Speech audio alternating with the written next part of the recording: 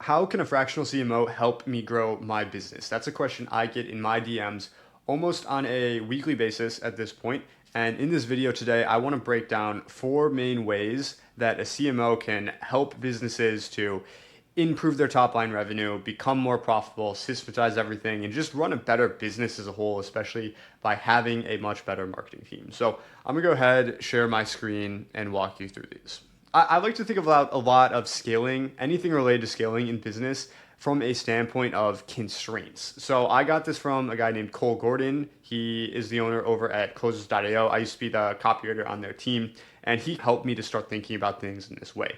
So when you're thinking about a revenue goal for a business, for example, I just took on a new fractional CMO client, and our current revenue goal, starting from scratch right now, is getting to $1 million a month as soon as possible.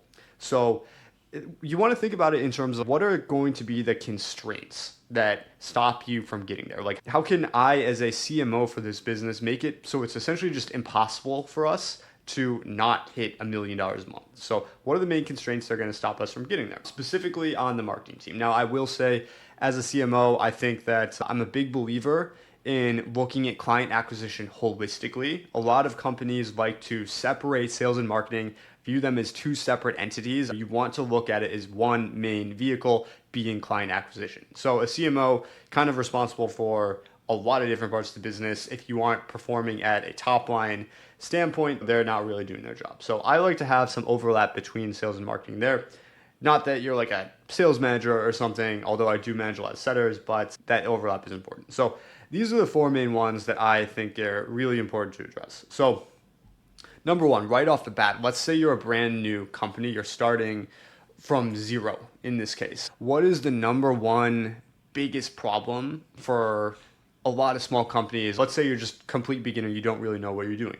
Number one biggest problem is leads. How can I get people who are interested in talking to me about my services? If you are just starting off, you have zero clients or you have zero, whatever it is, customers, you need to get interest in the door. You need to get people, and a lot of people, a lot more people than most people realize, I will say, you need to get interested leads coming in the door. You need to get leads, you need to get booked calls, you need to get like at bats. You need lots and lots of at bats to sell your services. That's where we start off here. We're looking at a brand new company. First thing we want to do, find a way to get calls on the calendar so that we can have a potential opportunity to close them as a paying client. This can come from organic. Let's say you have a large organic presence on Instagram, YouTube, TikTok, Facebook, Snapchat, whatever it is. This can come from running paid ads. That's the main thing I do. Running ads on Facebook, running ads on YouTube, Google. It can come from outbound DMing. I've done a lot of cold calling in the past, LinkedIn automation. Basically, like in the beginning, you need to just get on a ton of calls. A guy I used to work for always used to say, set appointments, close appointments. That's a super good motto to start off. So that's really where a CMO starts out. You know, on deals, I'm not going to share my calendar for the team here, but like I am looking at the sales team calendar all day long. I'm making sure that we have, I try to book for an individual closer. I try to book 7 to 8 calls on that calendar if possible, because you have to assume a certain show rate in there. That's another thing I want to add in on this actually. So yeah, we start off there, like call volume.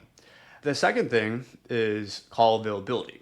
So once you start getting a bunch of calls on the calendar, this is like a second level problem for a founder. So you are running this business, you're trying to get on all these calls, and then you probably don't have much of a team. Let's say you get a couple clients in the door. Let's say you grow revenue to $10,000 a month, $20,000 a month. You're working with anywhere from 2 to 4 clients, maybe more depending on how you price your services. Then you're going to have a lack of call availability, because let's say you are managing 4 clients. Then your time is going to go towards fulfillment. You are strapped for time from a fulfillment standpoint, so you don't have time to sit on sales calls like all day long.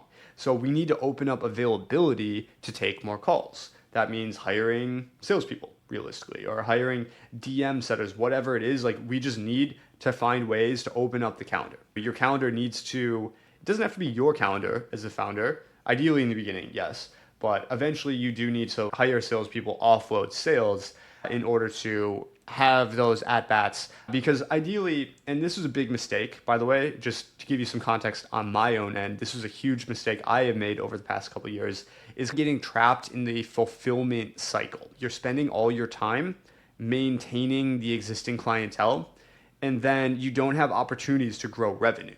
If you want to hit $1 million a month in revenue, you have to be aggressively trying to grow revenue at all times. I feel like people who don't own a business or don't work in sales and marketing don't really have a firm understanding of just how much sheer time, energy, and effort goes into acquisition, because it's a lot more than most people think. If you want to hit a $1 million a month company, which a lot of my clients currently run, you're looking at, depending on the offer structure, a lot of times like 6 or 7 full-time salespeople taking a full calendar of calls every single day.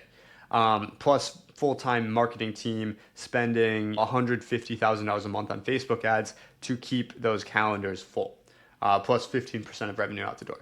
So that's the second problem. You start with call volume, and then you have to move on to call availability. How can we hire people to make sure the calendars are in a good spot? Because the worst problem for a CMO a lot of times is ads are going good, call volume's really solid. We're getting good costs, we're getting qualified people in the door, and we just don't have people to take the calls.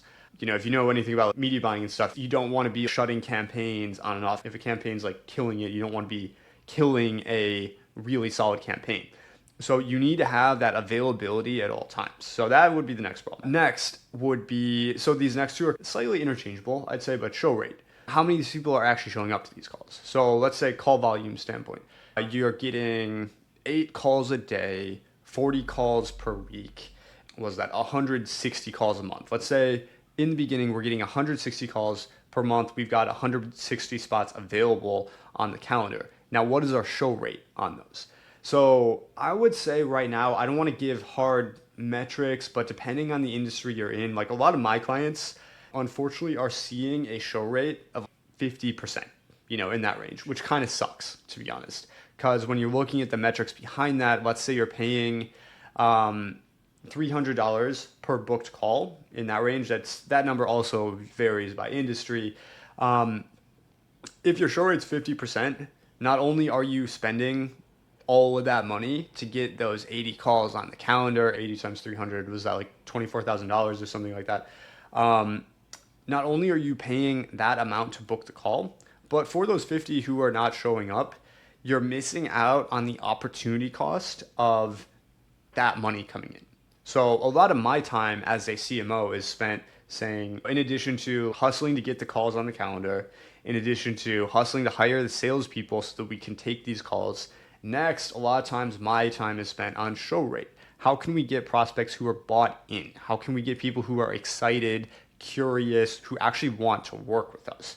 When you're bringing these leads off of cold traffic, a lot of times, one of the biggest things I hear from salespeople, I don't hear this so much, but other CMOs do. One of the biggest closer problems is they hop on the call and the prospect's like, hey, John, who are you again? Why did I book this call? What are we here to talk about? They're not bought in. They're not interested. They don't know who you are. So building that excitement, that curiosity, having a buy-in from the prospects before they hop on the call helps a ton with show rate, which I believe is a mix of marketing and setters. If you can get a really banger VSL that builds that curiosity, that builds that excitement, gets the buy-in from them, plus a really good initial discovery call from the setters. I spent a long time as a setter, and I had a very stellar show rate, probably 90% or above back when I was a setter, which I know people are going to call bullshit on that, but you can talk to the closers I used to work with, it's true. So that's the next problem, fixing show rate. Okay, once we have a good show rate in place, what is the next problem that a CMO is helping to fix? And that would be lead quality. So lead quality is a mix of a few different things. I actually have a full course on this, by the way. Feel free to hop on my personal email list. You can get the details about that there. So lead quality, okay, I like to break down lead quality on a couple of different verticals. So first and foremost, I would say like just basic, does it fit the target market? If I am a marketing agency, I work with real estate agents or real estate investors, let's say real estate investors, and I'm getting dentists into my funnel. There's just a no-go. We're not selling a dentist. I don't care if it's like the richest, coolest dentist in the world that's going to be super easy to get results for, like your agency is not going to close a dentist. It is completely out of the question for that to happen. So number one, that's like where we want to start. Is it the target market? Because if the target market is not on point, then it's not going to work. Next would be, I would niche it down a little bit further into size of the company. So let's say we are a marketing agency for roofing businesses. So now there's a lot of these roofing businesses that are just one kind of hustler guy out there. He doesn't really have a team or a crew in this case. He's on the roof all day long, fixing roofs. He's a roofer. He fixes roofs. That's what he does. He doesn't have a sales team. He doesn't have a crew. If an agency were to book him 50 calls over the next month, he doesn't have time to take those 50 calls. He could have a 20% close rate on there. He closes 10 of those. Can he even take on 10 new deals next month? Maybe not. But due to the size of his company, he's not going to be a good lead. Just because logistically, obviously finances are a question, which I'll get into in a sec. But just logistically speaking, the service simply does not make sense to him because he doesn't have the team to fulfill on it if the agency were to come in and do a good job. So that's a big factor. Next, this is the number one thing we hear from salespeople, but finances. Are they broke? Depending on the price of your service, if you're selling like a $5,000 a month service, $3,000 a month service, plus you need added expenses, like you got to pay for ads or something like that, can they afford that amount of money? If they can't afford to pay you your basic fees, then it's just a waste of everyone's time. But you see this a lot on the B2C side. People are trying to sell something for $10,000 and they're hopping on calls with the high school kid who works at McDonald's and has $20 in his bank account and has zero credit available. I am very hard on salespeople. I have very high expectations for salespeople, but a lot of times when you're bringing leads off of ads, it just doesn't make sense. It does not work for them. So I would say those are the main things, like industry, niching down inside the industry, finances, and lastly, this is where the overlap is, intent. When they're hopping on these calls, is there actually some semblance of interest? Do they actually want to work with you? A lot of salespeople always blame the finances. They always blame, oh, the leads are broke, stuff like that. But a huge part of it too is intent. Aside, can someone afford to pay me $5,000 a month for my services?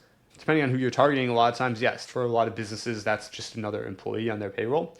The question, do they actually want to? Are they actually bought in on you? Are they bought in on your services? Do they believe you are the vehicle that's going to take them from their current state to their desired state? So those are the main things when it comes to lead quality, in my opinion.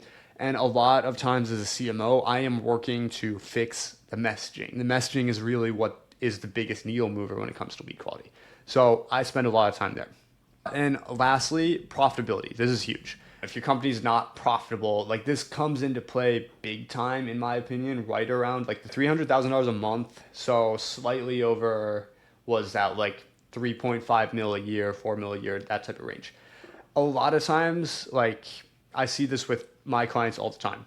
You're at a pretty established pace. You're making a few $1,000,000 a year and your costs are just skyrocketing. Your payroll has gone from like you being the hustler founder to having 3 employees, they're all salespeople, they're all on commission, then suddenly overnight you have 15, 20 employees. Your overhead costs are just through the roof.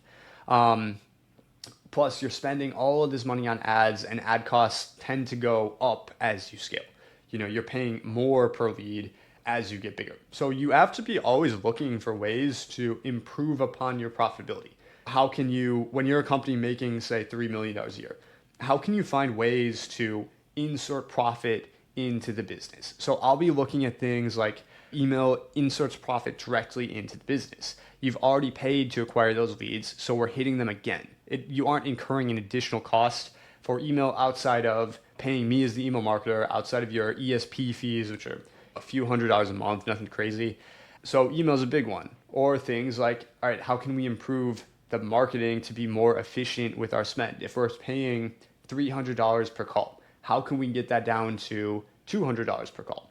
Or how can we get our CPA down as a whole? How can we make the sales team more efficient with their close rate? How can we squeeze the juice on the existing leads coming in as opposed to getting more leads? hate to say it, but who can we fire? What employees do we not need on this team that we are paying a lot of money for? So there's a lot of different ways to make the business more profitable. And as a CMO, I spend a lot of time there. So there's definitely more to this, especially I'm just riffing here on this video. These are just the initial things that come to mind for me. But as a CMO, this is where I spend the bulk of my time doing things. That's it for this video. If you got any questions, feel free to drop them in the comments. And thanks so much for watching.